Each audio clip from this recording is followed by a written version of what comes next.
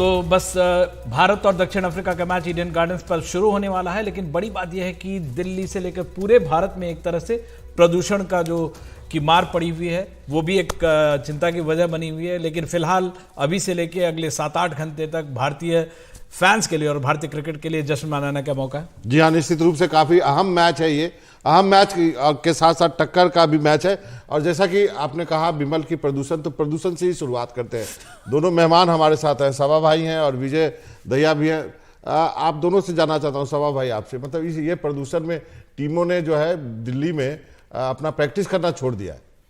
हाँ, इसका मतलब है कि हालत कुछ ज़्यादा ही गंभीर हो रही है और जब तक के हम सब लोग मिल के इसके लिए काम नहीं करेंगे तब तक हालत और बिगड़ने वाली है। और जो खबरें आ रही हैं कि आने वाले 3 या 4 दिन भी हालत कुछ इसी प्रकार से रहेंगे, AQI जो लेवल्स हैं वो बढ़ता जाएगा। तो इस स्थिति में किसी भी खिलाड़ी के लिए मैदान में उतरना और पूरे अपने दम के साथ प्रदर्शन दिखाना उतना आसान नहीं होने वाला है, क्योंकि इसका असर पड़ता है आपके लंग्स पावर के ऊपर। भैया साहब, वो दिन दूर नहीं, मास्क पहन के क्रिकेट खेलना पड़ेगा। कुछ साल पहले हुआ था, 2016 या 15 या 16 की बात है। श्रीलंका की टीम थी, फिरोजशाह कोटला में मैच था, कुछ ने लगा रखा था, पर बड़े मजेदार था। जो गेंदबाजी करने आते थे वो उतार देते थे क्योंकि अपील करनी होती थी। वो मास्क लगा के कहाँ करेंगे। लेकिन हाँ, सीरियस नोट पे अगर आप देखें ना, तो साल का ये जो कुछ महीने आते हैं, हर साल शायद हम थोड़ा और जागरूक यहाँ पर हो जाते हैं। लेकिन वही वाली बात होती है कि ये एकदम से नहीं होता है। अगर हम सब, जैसे सभा भाई ने कहा ना, किसी एक आदमी का काम नहीं है, हम सब मिलकर हैं। और जिस भी स्थिति में हम हैं ना इस समय, उसके गुनाहगार या हिस्सेदार हम सभी हैं। क्योंकि जब हम कुछ कर रहे होते हैं तो हम उसकी लॉन्ग जो बड़ी तस्वीर होती है वो तो हम देखते नहीं हैं। लेकिन जब यहाँ पहुँच जाते हैं तो फिर हम एक दूसरे की तरफ देख रहे होते हैं कि गलती किसकी है।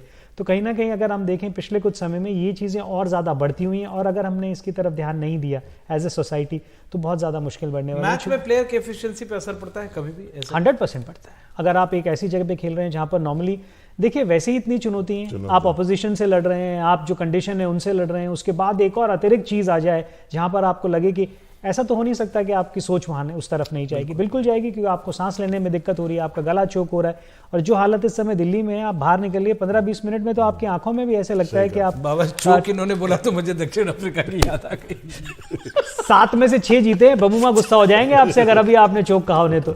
चोक वर्ड बोल रहा है साउथ अफ्रीका। लेकिन मतलब जैसे कई लोग बातचीत कर रहे हैं और जिस तरह से उन्होंने प्रदर्शन किया, 5 बार कम से कम 400 से ज्यादा का स्कोर किया, 350 से ज्यादा का, 300 से ज्यादा का स्कोर किया, एक बार 400 से ज्यादा भी बनाया। अगर बैटिंग टिल्ट देखें, किसका लगता है कि बैटिंग, हम बेशक उतना रन ना बनाए लेकिन हमारे भी 13-14 हाफ सेंचुरीज हैं, 2 सेंचुरी भी है, बैटिंग सिर्फ एक लेंगे तो अगर आप दोनों से जाना चाहें, किसका लगता है थोड़ा सा पलड़ा भारी है? दोनों बहुत बढ़िया टीमें हैं, उसमें कोई, अगर आप मैच शुरू होने से पहले मुझे ये कहना चाहेंगे किसका पलड़ा भारी है बैटिंग के हिसाब से, नंबर गेम की तरफ आप जाएंगे तो आप कह सकते हैं कि साउथ अफ्रीका ने ज़्यादा रन बनाए, उनके कुछ ज़्यादा खिलाड़ी हैं जिन्होंने 100 रन भी बनाए, वो सारी चीज़ें शायद उनके हक में जा सकती हूँ।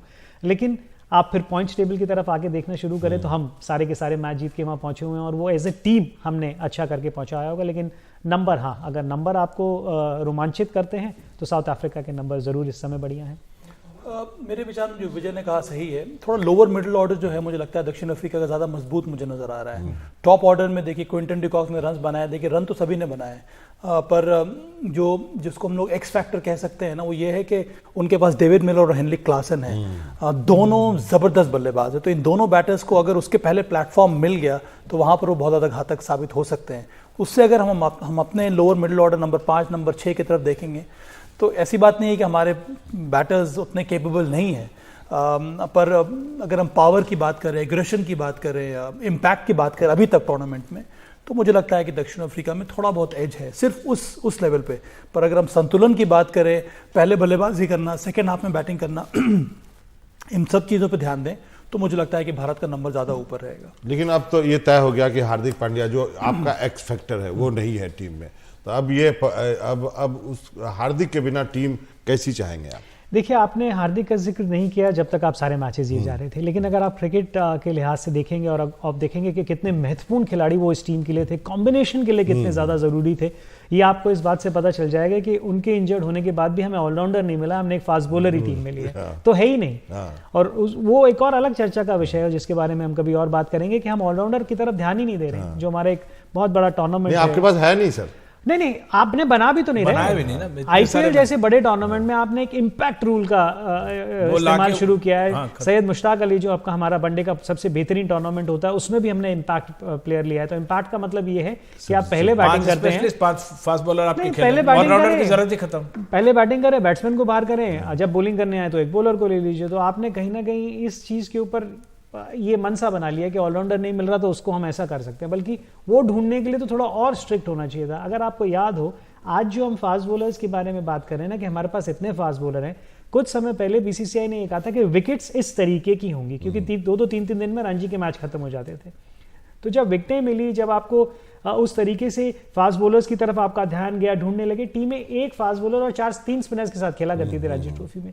तो जब आपने उस तरफ तवज्जो दी, ध्यान दिया, तो आपको वहां से विकल्प भी मिले। अब आप ऑलराउंडर्स की तरफ देख नहीं रहे हैं, तो फिर, और हार्दिक के नाम से आप कंपैरिजन नहीं कर सकते, उनके नाम के आसपास का कोई भी खिलाड़ी फर्स्ट क्लास क्रिकेट में अभी कहीं भी नहीं है। बिल्कुल सभा भाई, स्पोर्ट्स ऐसे भी long term investment, long term planning नहीं, मुझे तो लगता है कि लॉर्ड शार्दुल ठाकुर की जगह बनती जा रही है टीम। नहीं, अभी नहीं बन रही उनकी प्लेइंग 11 और इसीलिए प्रसिद्ध कृष्णा को लिया गया है कि अगर आने वाले समय में अनफॉर्चुनेटली अगर हमारे जो 3 पेस बॉलर इस समय खेल रहे हैं उनमें से कोई चोटिल हो जाता है तो उसकी जगह पे प्रसिद्ध कृष्णा को मिलनी चाहिए, और इसी हिसाब से उनको रखा गया है टीम में।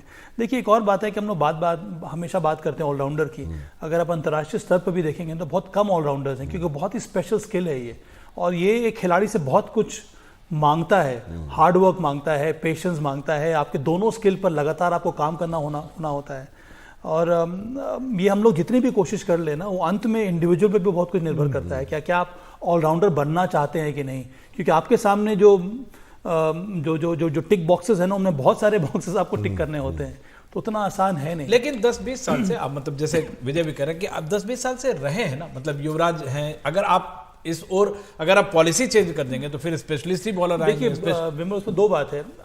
अगर आप उस तरह के ऑलराउंडर तो है, हमारे पास रविंद्र जडेजा के ऑलराउंडर नहीं है, तो है 5 बैटिंग वो स्पिन ऑलराउंडर की बात अलग होती है, पर यहाँ हम लोग ढूंढ रहे हैं एक बैटिंग ऑलराउंडर जो कि अच्छा पेस बॉलर भी हो, जो 8 या 9 ओवर या 10 ओवर डाल सके 50 ओवर में। तो उस तरह के ऑलराउंडर मिलना बहुत मुश्किल है। उस तरह के ऑलराउंडर अभी इस समय इंडियन सर्किट में विजय जो कि कवर करें डोमेस्टिक क्रिकेट, इनको ज़्यादा मालूम होगा कि मुझे नहीं लगता कोई है इस समय। कोई डेवलपिंग ऑलराउंडर भी मुझे नजर नहीं आ रहा है। अगर कोई है तो फिर हमें निश्चित रूप से उसके ऊपर मेहनत करनी चाहिए। एक और दिक्कत है, अभी जो ऑलराउंडर का जो चर्चा कर रहे हैं और ज़्यादा फोकस में है, उसकी बड़ी वजह है कि हमारे जो बल्लेबाज है ना टॉप 5, उनमें से कोई भी गेंद नहीं डालता। हाँ, ये पहले समय पे आप ऑलराउंडर के बारे में बात जरूर करते थे, लेकिन वहीं पे हमारी जो घड़ी ना रुक नहीं जाती थी, क्योंकि आपके पास जैसे युवराज का जिक्र किया, सुरेश रैना का जिक्र किया, सचिन पाजी का जिक्र किया कि ये लोग गेंदबाजी करते थे, वीरेंद्र सहवाग कुछ ओवर डाल देते थे, तो आप वो 10 ओवरों की भरपाई करा लेते थे। 10 की जरूरत भी नहीं पड़ती अक्सर, लेकिन वो करा लेते थे। ये होता था कि यार 2-2 ओवर ये डाल सकते हैं। इस समय दिक्कत ये है कि आज तो अगर क्लासेन ने किसी को पीट दिया तो पीट देगा। फिर 2 या 3 ओवर किससे करवाएंगे? आज वही हम लोग बातचीत कर रहे थे। अरे विराट कोहली करने का तैयार है भाई। विराट कोहली रॉन्ग फुट से चले 2 ओवर डाल देंगे, अगर 3-4 ओवर 2 ओवर रोहित शर्मा डाल लेंगे। बहुत अच्छी बात है। हालांकि उन्होंने कहा था जब टूर्नामेंट शुरू हुआ था, उससे पहले कहा था कि मजाक में कहा था कि अब हम लोग आर्म रोल करना स्टार्ट कर चुके हैं, मैं और विराट। श्रेयस अय्यर भी तो लेग स्पिन 1-2 ओवर तो उसने डाला है इसके पहले कोई 1-2 मैचेस में, जहां तक मुझे याद आ रहा है। चलिए उम्मीद यही है कि उसकी नौबत ना पड़े, पर अगर होगी तो फिर इन्हीं में से किसी न किसी को डालना होगा। पर विमल अगर 5 को पीट दिया 5 को नहीं, 5वें को पीट दिया। नहीं, 5 को अगर पीट दिया और फिर आप ये कह रहे हैं कौन सा डालेगा, तो फिर 5वें को पीट दिया। 5वें ये एक कमजोर रह सकता है, और ये हम पहले भी चर्चा कर चुके हैं। लेकिन आप इस समय स्थिति देखिए, इस समय जो कॉम्बिनेशन है टीम का देखिए, आपके पास और कोई विकल्प है नहीं। अब ऐसा नहीं हो सकता कि ओवरनाइट आप ये कहेंगे जी कोई बॉल डालना शुरू कर दे और वो सीधा इंटरनेशनल मैच में डाल देगा।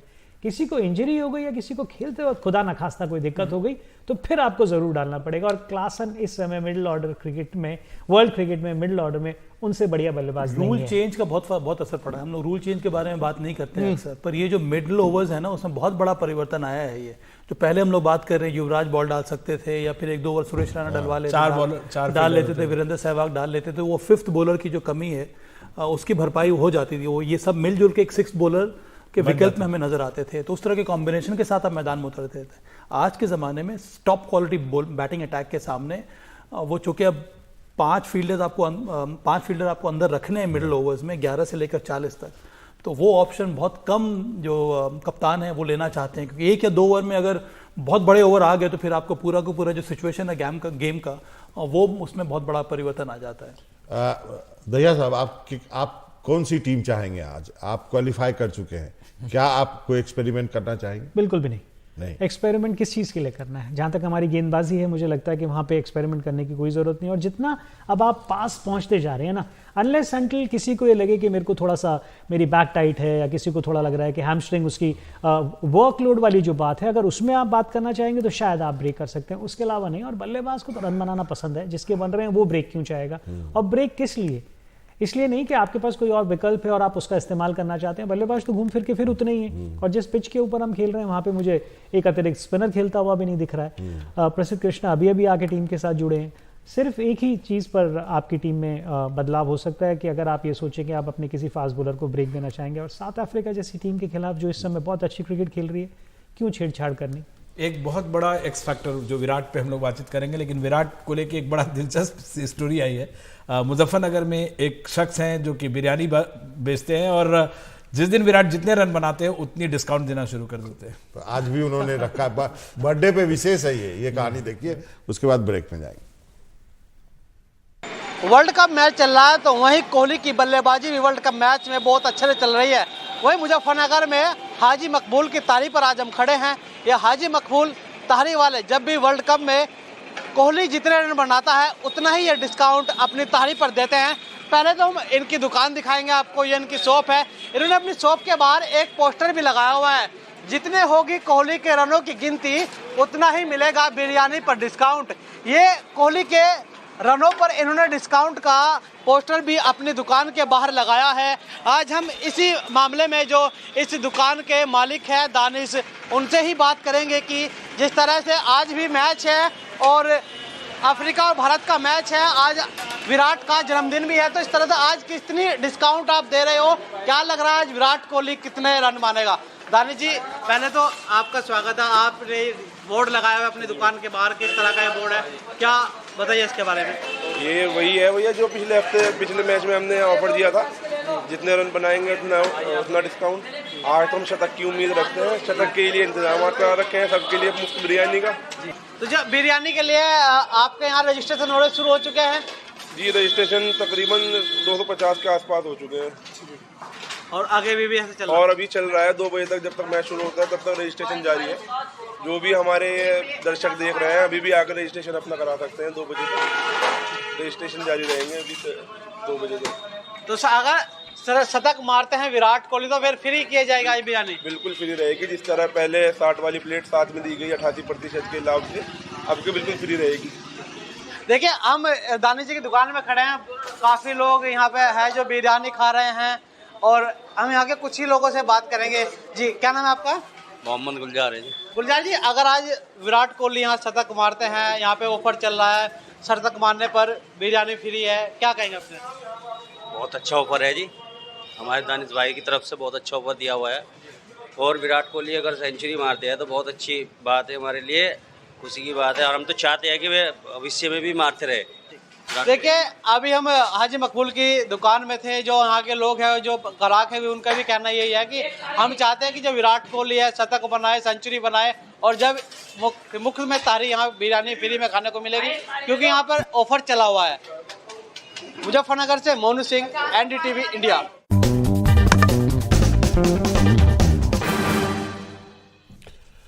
तो गूगली में आपका स्वागत है। हम भी ये विशेष कवरेज आपके लिए लेकर आ रहे हैं, और हमारे दोनों मेहमान सबा करीम साहब और विजय दहिया साहब हमारे साथ बने हुए हैं। सर, हम आधे घंटे से चर्चा कर रहे हैं, लेकिन अब हमें थोड़ी सी सेमीफाइनल लाइनअप की भी बात कर लेनी चाहिए, और खासकर कल जो क्रिकेट खेली है पाकिस्तान ने, उसकी चर्चा जरूर होनी चाहिए।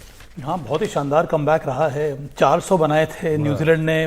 वो अलग बात है कि चलिए वो बारिश की वजह से थोड़ा बहुत इक्वेशन बदल गया, पर उसके बावजूद जब मैच रद्द किया गया तब भी उनका स्कोर 200 पे 1 था, एक ही विकेट था। और फ़खर जमान ने बैक टू बैक 2 शानदार पारियां खेली हैं। इसके पहले तो चलिए वो शतक नहीं लगा पाए थे, पर कल के मैच में चिन्नस्वामी ऐसे भी एक हाई स्कोरिंग ग्राउंड रहा है, पर उसके बावजूद 400 के दबाव में आकर बैटिंग करना, वो भी ऐसी स्थिति में जब आपको मालूम है कि ये मुकाबला आप हार जाएंगे, तो आप इक्वेशन से बाहर हो सकते हैं। ये ज़बरदस्त कमबैक है पाकिस्तान का। केवल और इसी वजह से हम लोग बार बार कहते आते हैं कि पाकिस्तान की टीम के बारे में ना उनको ही पता नहीं है कि उनकी टीम किस तरह से प्रदर्शन करेगी। पर टॉप ऑफ द ऑर्डर में अगर आपके पास फ़खर जमान ने अपने फॉर्म को फिर से एक तरह से रीइन्वेंट कर लिया है। तो अभी ये चर्चा होने लगी है कि सेमीफाइनल में इंडिया और पाकिस्तान ना हो जाए।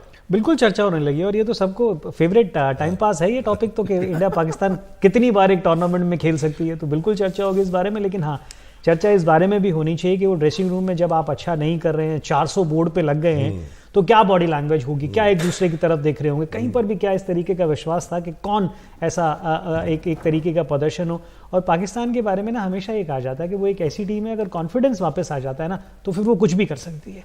और ऐसा ही फ़खर जमान की जो पारी है उसने किया है, क्योंकि बाबर ने जिस तरीके से बल्लेबाजी कर रहे थे वो साफ दिख रहा था कि दबाव है उनके ऊपर। आप 400 रनों का पीछा 100 रन की स्ट्राइक रेट के साथ नहीं कर सकते। तो कप्तान अभी भी, जो उनका सबसे बढ़िया प्लेयर है, वो अभी भी उस दबाव में है। लेकिन किसी और ने एक अच्छी पारी खेली और वो थोड़ा बहुत विश्वास ज़रूर लौटाया होगा। पर अभी भी जो ड्रीम सेमीफाइनल लाइनअप के बारे में आप बात कर रहे हैं ना, उसमें अभी भी अच्छा खासा लंबा समय तय करना है पाकिस्तान के। टर्निंग पॉइंट साबित हो सकता है बाबा विमल के। और कई बार इतने बड़े टूर्नामेंट में ना एक ऐसा डिसाइसिव मोमेंट आता है, अगर आपको उस मोमेंट को आपने अपने कब्जे में कर लिया तो वहाँ से टीम का जो विश्वास है बहुत ज़्यादा बढ़ जाता है। इंडियन टीम इसको प्रेशर के तरह से ले रही होगी या इनवाइट कर रही होगी? पाकिस्तान के अभी तो पाकिस्तान के बारे में सोच ही नहीं रही है। भारत का ध्यान इसी के ऊपर मैं है। इसलिए पूछा क्योंकि कल रोहित शर्मा जा रहे थे तो किसी फैन ने पूछा सर कब आएगा, तो रोहित शर्मा को समझ में नहीं आया, क्या बोले थोड़ा वेट करो, थोड़ा वेट कर नहीं, लो। पर इसका सही जवाब भी है। हाँ, पर इसका ये मतलब नहीं है कि उन्होंने वो कहा थोड़ा वेट कर लो कि पाकिस्तान बैंगलोर में जीते। पर ये बुनांजा हो जाएगा अगर इंडिया पाकिस्तान का फिर से मुकाबला हो गया। मतलब आईसीसी तो इसी का इंतजार कर रहा होगा, हो जाए पाकिस्तान वापस आ जाएगी। और अगर देखिए सेल्स और फिर जो एक्साइटमेंट है कितना ज्यादा बढ़ जाएगा। और सबा भाई, अगर वो मैच हुआ ना तो वो होगा ईडन में। हाँ, तो अगर ईडन में वो स्टेडियम, उसका वो इतिहास और इस तरीके का मैच, जितने लोग अंदर होंगे उससे ज्यादा बाहर खड़े होंगे। अगर ये जो दोनों मुकाबला है इंडिया साउथ अफ्रीका, मतलब अभी भी फेवरेट टीम इंडिया लग रही है, ज़्यादा मैच जीती है, स्टैटिस्टिक्स, बॉडी लैंग्वेज सब कुछ, लेकिन अगर हम लूज करते हैं तो क्या मेंटल फ्रेमवर्क क्या होगा, क्या मतलब कमियों को दूर करने का मौका होगा? हालांकि हम हाइपोथेटिकल केस बात कर रहे हैं, लेकिन क्या वो एक एडेड प्रेशर के साथ होगा या अभी ऑल आउट जा रही होगी टीम वहाँ पे? देखिए, कमियों की जहाँ तक बात करें, उनके ऊपर तो भारतीय टीम की वैसे भी नज़र होगी। कोई ज़रूरी नहीं है कि हारने के बाद आप उस तरफ नज़र डालते हैं। बेहतर टीमें वही होती हैं अच्छा करने के बाद भी वो सोचते हैं कि 5-10% और कहाँ पे आप अच्छा कर सकते हैं। जब आप ऐसा प्रदर्शन कर रहे हैं ना, कोई 40-50% ऐड करने की ज़रूरत नहीं है आपको अपने गेम के साथ। मनोवैज्ञानिक दबाव की जो बात कर रहे हैं वो थोड़ी बहुत सोच जरूर रहती है। आपने कहा भारतीय टीम फेवरेट मैच से पहले ही होता है। मैच के अंदर आप कैसा करते हैं उसके ऊपर डिपेंड करता है। राजेश चौहान साहब जुड़ गए, हमें बताया जा रहा है। चौहान साहब, आपको हमारी आवाज आ रही है? मनोरंजन भारती और विमल यहाँ पे हमें बिल्कुल आ रही है। तो सर, आप आज के मैच के बारे में क्या टिप्पणी है? आप नजदीक है, वहां पे कलकत्ता के नजदीक है, आप जमशेदपुर में है। कोशिश कर रहे थे कि कल तो जाते देखने, सेट नहीं हो पा रहा। एक बार बहुत इंपॉर्टेंट मैच है मेरे ख्याल से दोनों टीम के लिए जी। जब तक मैच राजेश भाई से हम दोबारा जोड़ते हैं। राजेश भाई ने मुझे वो छक्का 5वें गेंद पे जो छक्का लगाया था आई थिंक उनसे ये ज्यादा पूछना बेहतर है कि मौसम किस तरीके का। कल थोड़ी देर बारिश हुई थी वहाँ पे। हाँ, कल बारिश हुई थी कलकत्ता में, तो वो एक एंगल हो सकता है, वो पूछ लें तो ज्यादा बेहतर है। बिल्कुल। और अगर हम केवल शमी की बात कर रहे हैं, लेकिन जो बुमराह है थ्रू आउट मैच में, जैसे हम लोग कहते हैं कि जो फास्ट बॉलर्स हैं जोड़ी में शिकार करते हैं, अगर शमी के साथ में बुमराह है, ये भी वजह है कि शमी उतना सक्सेसफुल हैं। और इस मैच में भी जो हमारा फर्स्ट 10 ओवर का जो पावर प्ले का जो प्लान होता है, वो सब भाई आपको लगता है कि हम उस तरह से ही जाएंगे? तीनों पेस बॉलर्स एक दूसरे को कॉम्प्लीमेंट करते हैं। मुझे लगता है कि भारत के लिए सबसे अच्छी बात यही है कि नई गेंद से हम लोगों ने हर एक मैच में विकेट लिया है। कभी बुमराह ने लिया है, कभी सिराज ने लिया है, या फिर कभी शमी ने लिया है। मैं पहला जो स्पेल रहता है तीनों पेस बॉलर्स का, उसका बहुत बड़ा मतलब है यहाँ पर, उसका महत्व बहुत ज़्यादा है।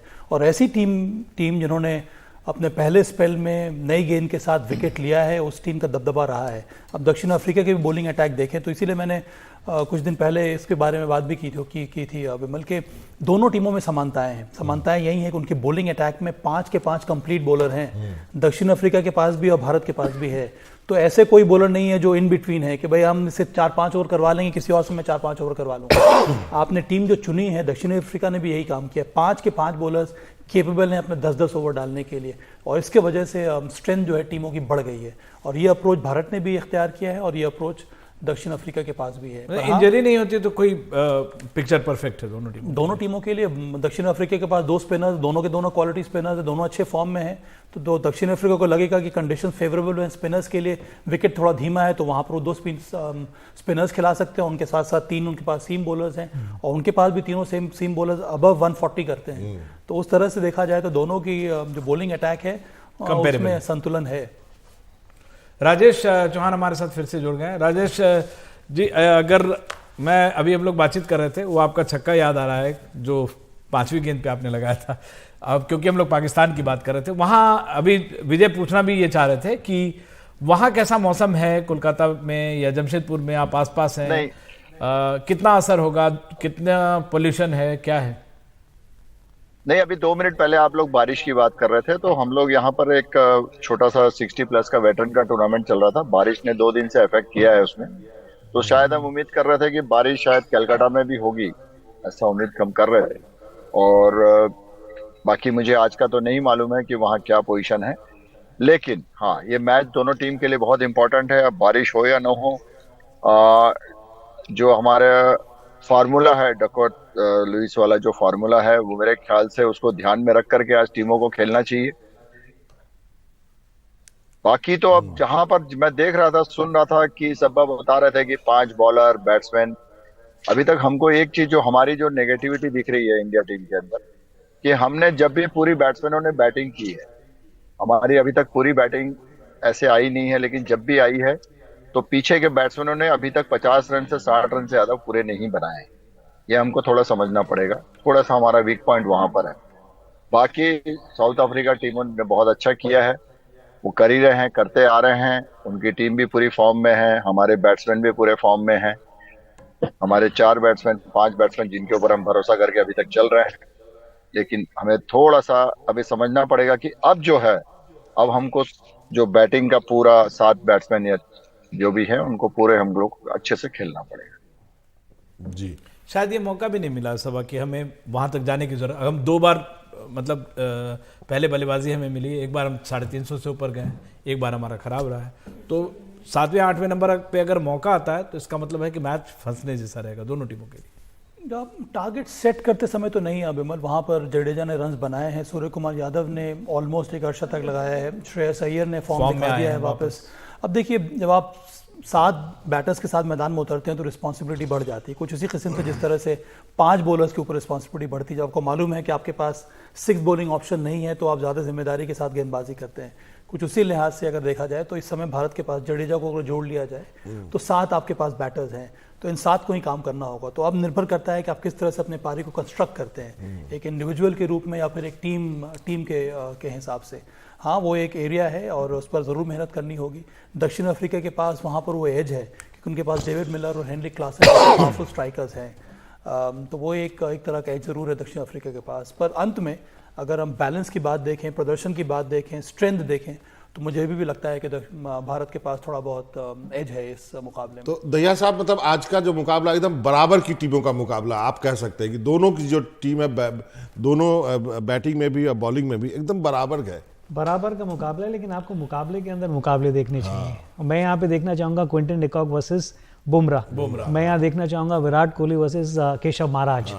वो मुकाबले आपको देखने हैं। दोनों टीमों को तो सबको पता ही है कि किस तरीके से कहाँ पे प्रदर्शन कर रही हैं। एक टीम पूरे 7 के 7 मैच जीती है, एक ने 7 में से 6 मैच जीते हैं। दोनों की टीम के पास जो विकल्प हैं वो बहुत बढ़िया है, लेकिन इंडिविजुअल बैटल जो देखनी होगी ना, उसकी तरफ आपकी नज़र रहेगी कि वो कैसे चलता है। अगर टॉस अभी जो थोड़ी देर में होगा, उस लिहाज से आप लोग दोनों से, राजेश जी से भी पूछना चाहूँगा, हमें 2 बार पहले बल्लेबाजी की है और दोनों में अलग अलग सिचुएशंस में हमने परफॉर्म किया। आपको लगता है मिल जाए बैटिंग, या हम अगर टॉस जीतते हैं, क्या हम वो ऑप्शन देख सकते हैं अगर बल्लेबाजी ये करना पड़ा पहले? देखिए, पर इंडिया का प्रेफर्ड चॉइस है और इंडिया को मालूम है कि इन कंडीशंस में वो प्रेफर करते हैं चेस करना। तो मुझे लगता है कि रोहित की सोच यही होगी। दोनों बार जो बैटिंग की है वो तब भारत ने बैटिंग की है जब उनको कहा गया है बैटिंग करने के लिए। और अगर भारत कंफर्टेबल है चेस करने के लिए इस कंडीशन में भी, तो मुझे हमेशा से ये लगता है कि कंडीशंस के हिसाब से भारतीय टीम जो है वो डिसाइड करती है कि इस विकेट पे क्या करना है। और यही जो क्लैरिटी है वो रोहित शर्मा के दिमाग में हमेशा रहती है। इसका ये मतलब नहीं है कि भारत केपेबल नहीं है पहले बैटिंग करने के लिए और एक बड़ा स्कोर खड़ा करने के लिए। तो गुगली जारी है और हम लगातार चर्चा कर रहे हैं आज के मैच के लिए, और सबको उम्मीद है कि आज शानदार जो है मैच ईडन गार्डन पे देखने को मिलेगा। लोगों को उम्मीद है कि आज कोहली जो है, किंग कोहली, वो भी अपना सेंचुरी बनाए। आज उनका जन्मदिन है, उनके जन्मदिन पर हम सब भी उनको बधाई देते हैं। लेकिन क्रिकेट की बात करते हैं तो सबको उम्मीद है कि बेहतरीन मैच होगा, लेकिन इस मैच के दौरान भी एक आपस में जो कंपटीशन है खिलाड़ियों के बीच, जैसा आपने कहा कि सबको अपना रोल मालूम है, लेकिन सब 100% देने की कोशिश करते हैं। इस मैच में भी वही होगा, वही होना चाहिए और ये बहुत ही अच्छा मौका है। हम देखिए, जब अपना अच्छा खेल रहे हैं तो आप चाहते हैं कि एक रियल क्वालिटी अच्छा ऑपोजिशन के साथ आपका मुकाबला हो, ताकि ये भी मालूम हो कि आपने अभी तक जो तैयारियां की हैं वो सही है कि नहीं, उसमें और आपको क्या परिवर्तन करना चाहिए या फिर क्या इम्प्रूवमेंट करना चाहिए। तो इस तरह के बैटल में जो बड़े बड़े खिलाड़ी होते हैं वो बहुत ज़्यादा मोटिवेटेड रहते हैं अच्छा परफॉर्म करने के लिए। अगर आपने रन्स बनाए या अच्छा परफॉर्म किया तो उससे आपकी टीम का विश्वास बहुत ज़्यादा बढ़ जाता है। तो आज दोनों टीमों की कोशिश यही होगी, चाहे वो डिकॉक हो या कोहली हो या फिर पेस बॉलर्स ही क्यों ना हो। राजेश भाई, आप जैसे कह रहे थे नीचे के बल्लेबाजों के लिए, लेकिन एक उस लिहाज से देखें जैसे श्रेयस अय्यर ने अपना रोल अदा कर दिया है, शायद सूर्य कुमार यादव के लिए मौका है, शायद जो लोअर ऑर्डर, जो मिडिल लोअर ऑर्डर बैट्समैन हैं उनके लिए एक मौका है, क्योंकि बॉलिंग हमारी हमेशा टिक कर रही है, चाहे डेथ ओवर में बॉलिंग हो, शुरुआत की बॉलिंग हो, मिडिल ओवर में कंटेन करना हो। एक आधी मैच में फंसाया जाए, जब एक बार कुलदीप यादव फंसे तो उन्होंने वापसी भी की थी। नहीं, मेरी उस वक्त तो बात थोड़ी सी अधूरी रह गई। मैं यही कहना चाह रहा था कि अभी जो श्रेयस अय्यर, आपने कहा कि श्रेयस अय्यर फॉर्म में आ गए हैं, हमारे करीब 5 बैट्समैन। अभी भी एक सूर्य कुमार का सब्बा ने कहा कि उन्होंने 50 किया है, लेकिन सूर्य कुमार की भी अभी एक इनिंग पूरी ड्यू है, पूरी इनिंग ड्यू है। बहुत जरूरी है उनको भी एक बहुत अच्छी इनिंग खेलना। वक्त आएगा तो उनको खेलनी पड़ेगी और ये रिस्पॉन्सिबिलिटी बहुत जबरदस्त रिस्पॉन्सिबिलिटी रहेगी, इसलिए क्योंकि अब हम जिस जगह पर से हम लोग ये मैचेस खेल रहे हैं वहां पर हर एक 50 ओवर का जो सेगमेंट है, 10-10 ओवर, 5-5 ओवर, जो भी ले ले आप, उसमें हर बैट्समैन, हर बॉलर और हर खिलाड़ी का एक अपना अहम रोल रहेगा और उसको वो बहुत बखूबी निभाना पड़ेगा। बिल्कुल। अब बॉलिंग के लिए क्या कहेंगे आप? बॉलिंग के लिए देखिए, आप बॉलिंग के लिए पांचों बॉलर ने बहुत अच्छा किया है। सब्बा ने कहा कि हमारे पास 5 ही बॉलर है, उनकी टीम के भी 5 बॉलर है, जो उन्होंने भी बहुत अच्छा किया है। हमारी टीम में बॉलर बहुत अच्छे हैं। सबसे अच्छी बात है कि सिराज ने जो लास्ट मैच में कमबैक किया है जिस ढंग से, एक अच्छा लगा कि नहीं, मतलब उन्होंने एक जो कमी थी, लोग बात कर रहे थे, मीडिया बात कर रहा था, लोग बात कर रहे थे, वो सारी चीजों को उन्होंने कवर कर दिया। अब रह गई बात सामने वाली टीम की, तो जो मेरा कहना है कि वहां मेरा एक ही डर है, वहां के उनके जो एक बॉलर है, उनका नाम है जेसन, मार्को यानसन। मैं थोड़ी सी उनसे थोड़ा सा, मैं मतलब जो मेरा एक अगर आप टीम मेंबर बोले तो मुझे थोड़ा सा उनसे थोड़ा सा डर है कि उनके पास कुछ ऐसी क्वालिटीज हैं जो हमारे बैट्समैनों को कहीं ना कहीं वो थोड़ा सा दबाव बना सकते हैं। तो वहां पर हमको थोड़ा संभल के रहना पड़ेगा। आप भी कि आप देखना चाहते हैं मार्को यानसन। विजय भाई, मेरा एक सवाल है आपसे कि अब जब हम इस मुकाम पे पहुंच गए हैं तो एज ए फॉर्मर कोच या कोच होने के नाते आप क्या टीम मैनेजमेंट का रोल कहां पे आता है? अब आप अच्छा खेल रहे हो, अच्छा परफॉर्म करते आ रहे हो, अब आप सेमीफाइनल में आ गए हो, तो आपका रोल कहां पे आएगा? स्टाफ का, कोच का, सबका? किसी चीज के साथ छेड़छाड़ ना करना, आपका रोल ये होता है। आप उस तरीके से रहते हैं कि आप हैं भी वहां पर और दिखाई भी ना दें। अगर किसी को आपसे मदद की ज़रूरत है तो अब आप आएँ। आप यहाँ पर आने के बाद कुछ बदलाव की ज़रूरत थोड़ी है। इंडिविजुअल बेसिस पे बाबा, जैसे जैसे आप क्रिकेट का स्तर बढ़ता जाता है ना, वैसे वैसे जब आप कोचिंग के बारे में बात करते हैं तो कोचिंग से ज़्यादा मैन मैनेजमेंट की ज़रूरत होती है। कोचिंग से ज़्यादा उस ट्रस्ट की ज़रूरत होती है कि कोई खिलाड़ी आके खुल के आपसे वो बात कर सके कि मुझे कहाँ दिक्कत आ रही है। और अक्सर इस स्तर के ऊपर जब आप आ जाते हैं तो दिक्कत कई बार ये नहीं है कि सिर्फ स्किल की होती है, खेल की होती है, कई और चीज़ें भी ऐसी होती हैं जो आपके जहन में चल रही होती हैं। तो अगर आपने वो ट्रस्ट उनके साथ बिल्ड किया है और कहीं ना कहीं वो आपसे खुल के उसके बारे में बात कर सके तो वो बहुत बेहतर रहता है। कई बार क्रिकेट के बारे में भी चिंता रहती है। अभी फ़खर जमान का आपने जिक्र किया ना, 2 दिन के लिए पाकिस्तान गए थे, आधे से ज़्यादा लोगों को पता भी नहीं है। वहाँ जाके किसी एकेडमी में काम किया, किसी कोच के साथ जो टीम के फील्डिंग कोच हैं उनकी एकेडमी में गए, कह रहे थे ऑफ स्पिन पे दिक्कत हो रही थी, स्पिनर के साथ वहाँ पर 2 दिन लगा के आए। 2 दिन में कितना फ़र्क पड़ जाता है उतना नहीं, लेकिन मेंटली बहुत पड़ जाता है कि आपको लगता है कि मैं ये बॉक्स ना टिक करके आया हूं, और फिर आप उस वॉक के साथ, उस कॉन्फिडेंस के साथ वापस उतरते हैं। वही कोचेस का काम होता है। यहाँ इस बार एक कोशिश भी हुई बाबा, जैसे सचिन बता रहे थे कि 2003 में जब वो लोग मैदान में उतरते थे तो I can we can pay सब एक स्लोगन था जिसपे सबको साइन करना पड़ता था। इस बार टी दिलीप जो है फील्डिंग कोच, उन्होंने इस तरह की कैमराडरी एस्टैब्लिश करने की कोशिश की, अलग अलग क्रिएटिव तरीके से नाम, जैसे स्टेडियम में एकाना में उन्होंने नाम डिस्प्ले किया, कहीं स्पाइडर कैंप से, कभी सचिन तेंदुलकर आके बोल रहे बेस्ट फील्डर को चुन रहे हैं। तो ये शायद कमराडरी को आपस में और स्ट्रॉन्ग बॉन्ड को और स्ट्रॉन्ग करता है। हाँ, इस तरह के कई तरह की चीज़ें होती हैं जो टीम मैनेजमेंट जिनका इस्तेमाल करते हैं टीम बॉन्डिंग को बढ़ाने के लिए।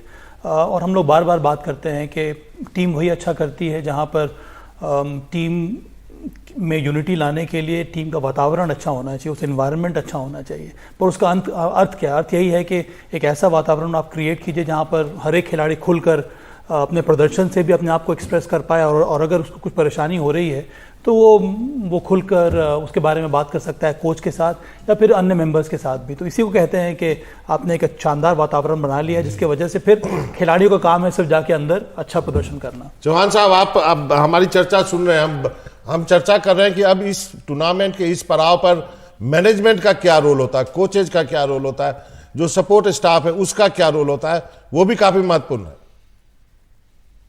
नहीं, देखिए अभी जो जैसे सब्बा ने कहा कि भाई आपका माहौल एक होना चाहिए, तो मेरा मानना है अब माहौल बन चुका है और टीम का कॉम्बिनेशन बहुत अच्छा बना हुआ है। बेस्ट पार्ट है अभी जो जरूरत है, अभी बाहर ग्राउंड के बाहर तो जो माहौल था या जो भी है ठीक है सपोर्टिंग का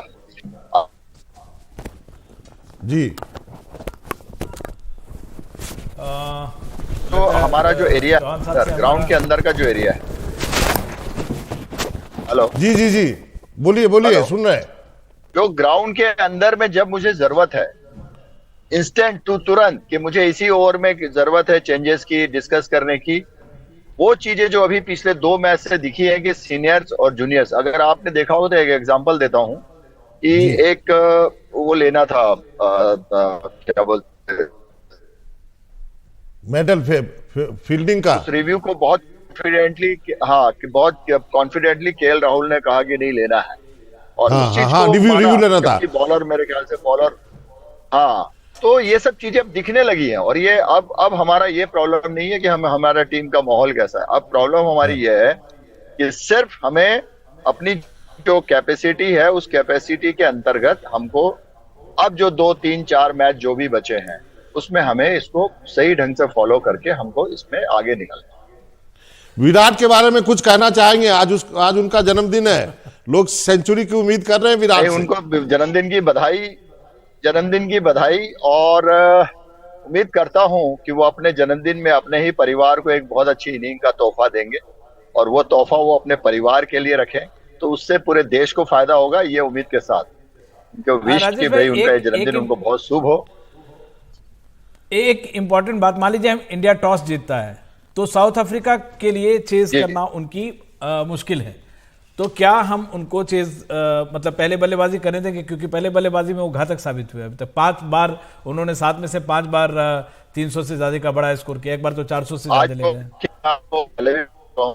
आज जो स्थिति है वहां पर मौसम के हिसाब से हमको करना पड़ेगा, कैलकुलेशन के हिसाब से करना पड़ेगा।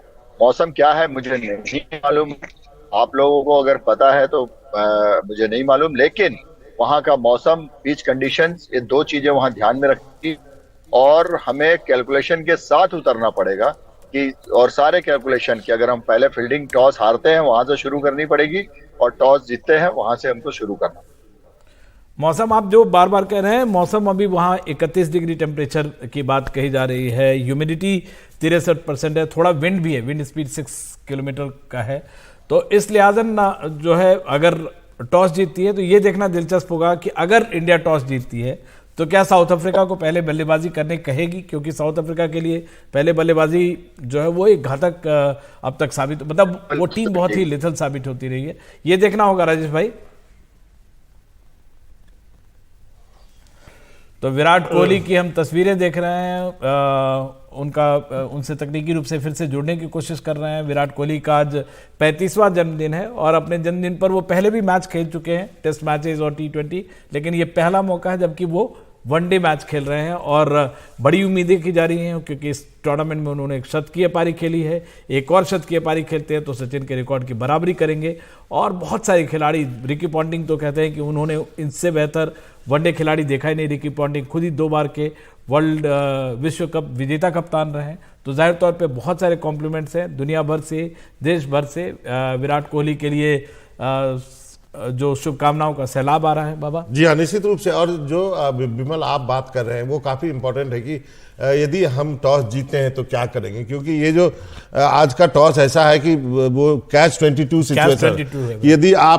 यदि कोई और टीम होती तो आप टॉस जीत के उनको बोलते कि भाई आप बैटिंग कीजिए, लेकिन आप एक ऐसी टीम को न्योता देंगे बैटिंग बहुत स्ट्रांग जो कि यदि शुरू में बैटिंग करते हैं तो वो 400 तक लगा सकते हैं। 8 सेंचुरीज है बाबा, सोच लीजिए। तो सबसे ज्यादा इस टूर्नामेंट में सेंचुरीज जो है उन्हीं का, और क्विंटन डिकॉक का फॉर्म में होना ये तो बहुत आज के दिन रोहित शर्मा होना जो है उनके लिए सबसे बड़ा सिर दर्द वाली बात है कि रोहित शर्मा यदि टॉस हार गए तो चलिए वो कहेंगे चलिए टॉस हार गए, टॉस जीत गए तो भी उनके पास मुश्किल है। टॉस हार गए तो जो आपको चेज करना पड़ेगा, आप अच्छा चेज करते हैं। मौसम के बारे में अटकलें लगाई जा रही हैं। अभी हम राजेश चौहान जी को सुन रहे थे, वो जमशेदपुर में थे। उनका कहना है कि वो जिस टूर्नामेंट के लिए वहां गए थे वहां पे 2 दिन लगातार बारिश हुई है, तो वहां पर मौसम कैसा रहेगा। और चूंकि नॉर्थ इंडिया में हम है तो नॉर्थ ईस्ट की तरफ हम बढ़ते जा रहे हैं, तो ओस भी काफी रहेगा। ओस आजकल जो है जो ड्यू फैक्टर है उसको देखते हुए भी आपको बाद में बल्लेबाजी आपको सूट करेगी।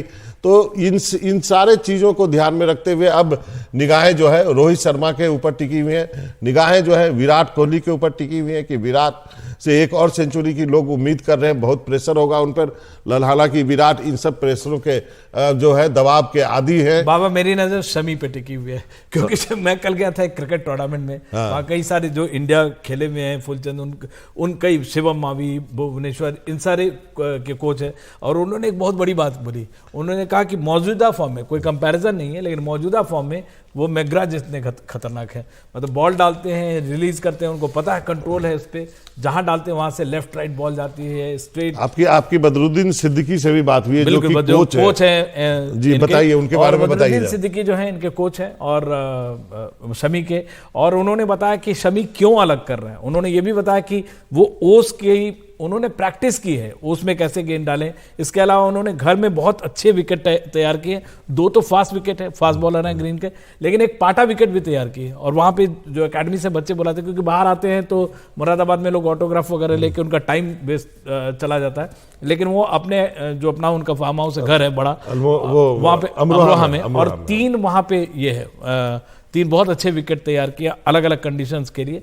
तो शमी अगर अच्छा कर रहे हैं तो उसकी वजह है कि लगातार क्यों अच्छा कर रहे हैं। और दूसरी बात है, सभी जिन पे ट्रस्ट करते हैं, जैसे वो अपने कोच पे ट्रस्ट करते हैं, तो उससे एकदम वाजिब सलाह लेते हैं। जैसे अभी बता रहे थे विजय कि फखर जमान पाकिस्तान गए, या बांग्लादेश के जो कप्तान है वो बांग्लादेश जाके आया।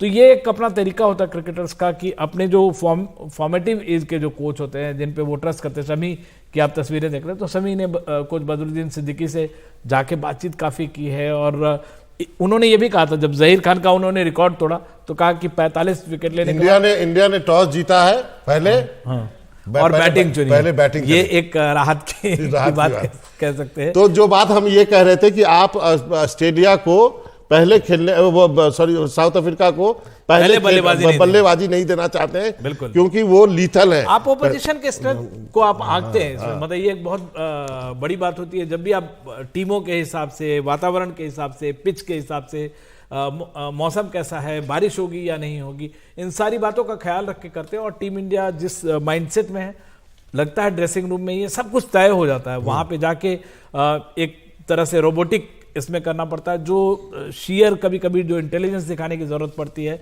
वो हर एक कप्तान का अपना अलग अंदाज होता है और वो मैच के बीच में कहीं ना कहीं दिखता है। लेकिन ये एक फैसला है जो कि टीम मैनेजमेंट ने पहले डिसाइड कर लिया होगा और रोहित शर्मा ने जाके उसको अप्लाई किया। तो अभी की सबसे बड़ी खबर यह है कि भारत ने टॉस जीत करके पहले जो है बल्लेबाजी चुनी है, और साउथ अफ्रीका को अब जो है वो बाद में बल्लेबाजी करनी होगी। और ये अच्छी खबर है भारत के लिहाज से देखें, क्योंकि हम लगातार चर्चा कर रहे थे कि यदि भारत टॉस जीता है तो क्या करेगा, क्योंकि आप नहीं चाहते कि साउथ अफ्रीका को पहले बल्लेबाजी दी जाए, क्योंकि पहले बल्लेबाजी करते हुए उन्होंने 400 रन तक बनाए, 350 तो बनाते ही बनाते हैं, उनके 8 प्लेयर्स की सेंचुरी है, तो इस लिहाज से वो घातक साबित होती है। अब जो है भारत जो है एक तरह से साउथ अफ्रीका को टेस्ट करेगा कि बाद में वो बल्लेबाजी करें और हमारे बॉलरों को एक मौका होगा जो है उनको आउट करने का। तो गुगली जारी है हमारी, और आपको जो खबर ये है कि भारत ने टॉस जीत करके पहले बल्लेबाजी चुनी है, और ये एक अच्छी खबर है। पहले जो है इस बात को लेकर कयास लगाए जा रहे थे कि क्या पहले जो है टॉस यदि जीते हैं तो क्या करेंगे। हमारे साथ हमारे मेहमान हैं, इनाक्षी हमारे साथ हैं, और फॉर्मर क्रिकेटर हैं, और ब्रिज की रितिंदर भी हमारे साथ, सोडी भी हमारे साथ हैं। रितिंदर आप बताएं। दिनेश चोपड़ा भी जोड़ने की कोशिश कर रहे हैं। रितिंदर, सबसे पहले आपके पास आते हैं। ये टॉस जो हमने जीता है, क्या ये डिलेमा था कि हम कहीं उनको बैटिंग तो ना दे दें, चेज करना हमारे लिए इज होगा? जी हाँ विमल, देखिए बिल्कुल, अगर आपको किसी चीज की आदत नहीं है ना, तो अगर आपको उस आदत का कहीं ना कहीं सहारा लेना पड़े, तो साउथ अफ्रीका कुछ अब उस स्थिति में है, क्योंकि इनको आदत है पहले बल्लेबाजी करने की, बड़े रन खड़े करने की, बहुत अच्छा खेले हैं पहले बल्लेबाजी करते हुए, लेकिन अब अपनी आदत से हटके चेज करना पड़ेगा।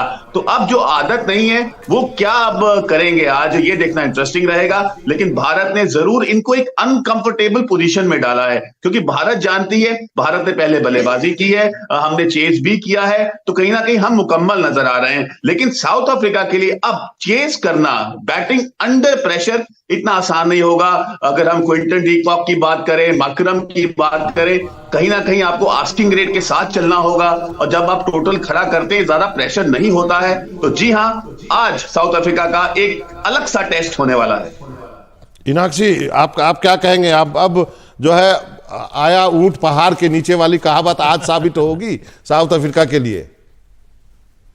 जी, आज चैलेंजिंग रहेगा साउथ अफ्रीका के लिए, बट हमें ये भी देखना है कि इंडिया के बैटर्स के लिए, खासकर जो ओपनिंग कर रहे हैं, और उनके पास मार्को एंसन है जिन्होंने 12 विकेट लिए पावर प्ले में, which is the one of the highest, और 3 नंबर पे है वो अमंग्स हाईएस्ट विकेट टेकर्स। तो क्या हमारे बल्लेबाज उनके खिलाफ अच्छा कर पाएंगे?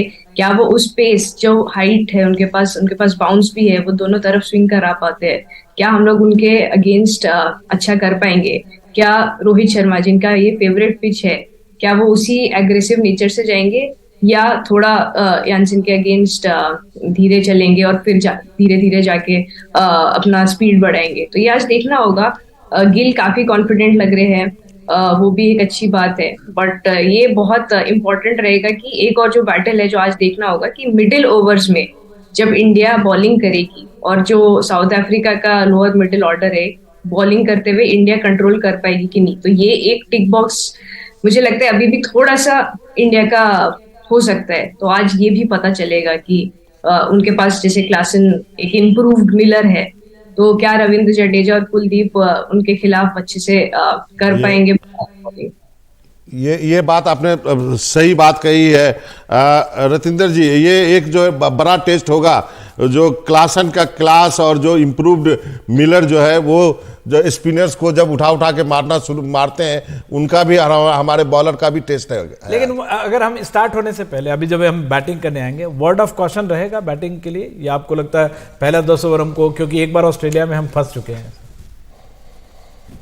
देखिए विमल और बाबा, हमें एक बात तो माननी पड़ेगी, ये मैच है बराबर का मैच है। हम उस टीम के साथ खेल रहे हैं जो बड़ी फॉर्म में है, जिन्होंने वर्ल्ड कप में अपनी तूती बुलवाई है। तो यहाँ पे आसान नहीं होगा भारत के लिए, लेकिन भारत जिस फॉर्म में है, यहाँ पे भारत को मात देना कतई आसान नहीं है। और आपने सही कहा, पहले 10 ओवर अगर हम बात करें, जो साउथ अफ्रीका का बॉलिंग क्रम है, काफी तेज गति से बॉलिंग करते हैं, अच्छी पिचिंग दिखाई है इनके बॉलर्स ने। तो वहां पे शुभमन गिल को, रोहित शर्मा को हमें अच्छा शुरुआत देना बहुत जरूरी है। लेकिन कहीं ना कहीं अगर अच्छा शुरुआत मिल जाता है, तो हमारे जो बल्लेबाज हैं, अगर हम मिडिल ऑर्डर की बात करें, विराट कोहली की बात करें, श्रेयस ने बड़ी फॉर्म को पकड़ लिया है, तो साउथ साउथ अफ्रीका अब ये सोच रही होगी कि कौन सा प्लेयर फॉर्म में नहीं है जिसके अगेंस्ट हम अटैक करें। तो आसान बिल्कुल नहीं है, लेकिन जी हाँ, बॉलिंग क्रम उनका काफी अच्छा है। तो भारत को यहाँ पे कॉम्प्लिसेंसी बिल्कुल नहीं दिखाना है, बट अगर नाक किसकी आगे, शायद भारत की। दिनेश चोपड़ा भी हमारे साथ जुड़ गए हैं। चोपड़ा साहब, आपका स्वागत है। ये जो हम बातें कर रहे हैं कि थोड़ी कॉशन भी चाहिए यदि आप शुरुआत में जो है बल्लेबाजी के लिए जाते हैं और जो उनका बॉलिंग लाइनअप है उसको देखते हुए।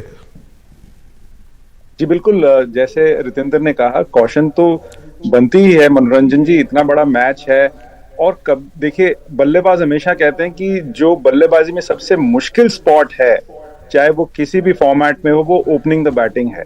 तो थोड़ा कंजर्वेटिव अप्रोच वो रखना ही पड़ेगा, क्योंकि सामने वाले जो गेंदबाजी भी है, चाहे वो मार्को जेनसन है या एनगीडी है या रबाडा है, वर्ल्ड क्लास बॉलर्स हैं।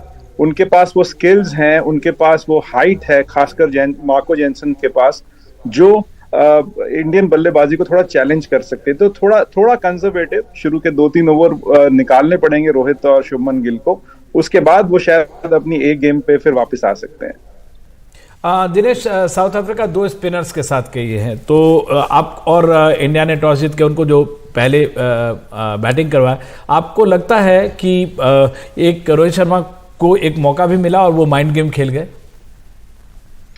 मुझे लगता है कि विमल, यहाँ की विकेट जो अभी तक हम खबरें देख रहे हैं, थोड़ी सी स्लो बता रहे हैं एज कम्पेयर टू जो पिछले जहां पे मैचेस साउथ अफ्रीका की टीम खेलती आई है। ईडन गार्डन की विकेट थोड़ी सी स्लो बता रहे हैं, तो शायद उन्हीं खबरों के अनुसार, उन्हीं के अनुकूल ही शायद दक्षिण अफ्रीका ने ये डिसीजन लिया कि वो 2 स्पिनर्स के साथ जाएंगे इस प्लेइंग 11 में।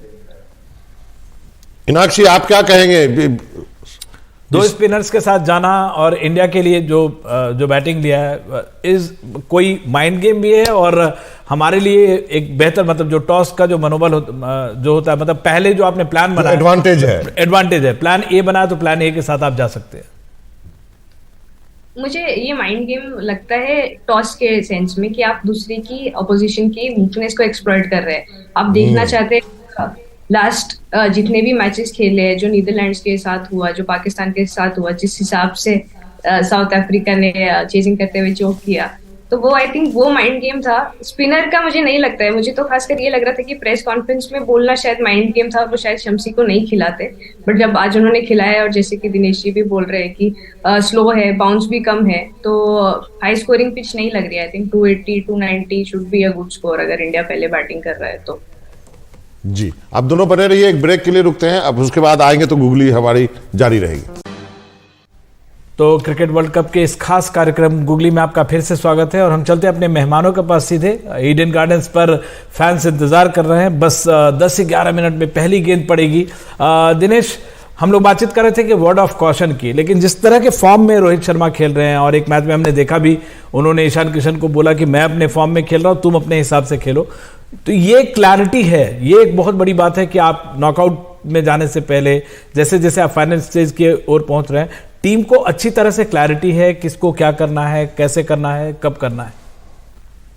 जी हाँ, बिल्कुल विमल, ये क्लैरिटी भी है और कहीं ना कहीं तजुर्बा भी है कि आप इतने ओवर पीरियड ऑफ टाइम, जब आप कप्तानी करते आए हैं, आपने 5 IPL टाइटल जीते हैं बतौर कप्तान रोहित शर्मा ने, तो आपको पता है कि आपको अपनी टीम मेंबर्स, खासकर जिसमें उनको और विराट कोहली को छोड़ के बल्लेबाजी की अगर बात कहें तो बहुत ज्यादा एक्सपीरियंस खिलाड़ी नहीं है, अगर आप उस सेंस में देखें, तो उनको उनसे काम कैसे लेना है, उनको कब थोड़ा सा टाइट करना है और कब उनको थोड़ा सा लूज छोड़ना है, तो ये कॉम्बिनेशन जो उनकी लीडरशिप का है, ये एक दर्शाता है कि Rohit Sharma as a leader, बतौर लीडर कितना लंबा रास्ता उन्होंने तय किया है। बिल्कुल जी, आपने सही कहा। इनाक्षी के पास चलते हैं। इनाक्षी, टीम में क्लैरिटी भी है, लेकिन सब कुछ है, टीम अच्छा खेल रही है, जीत रही है, बैटर भी अच्छा कर रहे हैं, बॉलर भी कर रहा है, लेकिन ये मुकाबला कांटे का है, ये मजेदार मुकाबला है, मतलब आप कह सकते हैं कि टक्कर की टीम के साथ आज आपकी भिड़ंत है। और गावस्कर ने कहा कि मैच ऑफ द टूर्नामेंट। हाँ,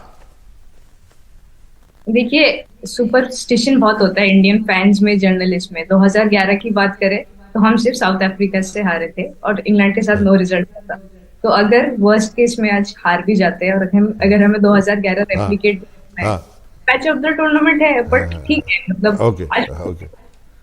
कोर्ट जी को भी एक माफी के साथ बाबा हम लोग चल सकते हैं कोच बदरुद्दीन साहब के पास, मोहम्मद शमी के कोच हैं। और बाबा और हम दोनों ये पूछना चाह रहे हैं बदरुद्दीन साहब, क्या अलग करवाया आपने उनको, कौन सी अलग बिरयानी खिलाई है? शमी तो अलग ही फॉर्म में दिख रहे हैं। नहीं देखिए, वो बहुत मेहनत करता है, बताइए आपको कि बहुत ज्यादा मेहनती खिलाड़ी रहा है शुरू से ही, और उसने बेइंतहा मेहनत किया है, क्योंकि पीछे उसके साथ थोड़ी सी प्रॉब्लम ये रही है कि भाई उसको ये कह दिया गया था कि वो वाइट बॉल का बॉलर नहीं है, उसे रेड बॉल का ही बॉलर मान रहे थे सब लोग। उसने वाइट बॉल पे बहुत मेहनत की, लॉकडाउन का टाइम मिला उसको लॉकडाउन में, तो उसने बहुत ज्यादा मेहनत की और उसी का नतीजा देखने को मिल रहा है आपको कि आप वाइट बॉल से वो ऐसा बॉल डाल रहा है कि शायद इस वर्ल्ड में कोई ऐसा बॉल डाले। जी बदरुद्दीन साहब, माफी चाहता हूं, आप तीनों से माफी चाहता हूं, वक्त नहीं बचा है। बदरुद्दीन साहब किसी दिन और प्रोग्राम में आप जल्दी जुड़ेंगे, आज तो भी हम जुड़ेंगे। हाँ, तो आज भी जुड़ेंगे, तो फिर तबीयत से आपसे जो है मोहम्मद शमी के किस्से सुनना चाहूंगा मैं आपसे। आप तीनों का बहुत बहुत शुक्रिया, आप जुड़े हमारे साथ इस गूगली प्रोग्राम में।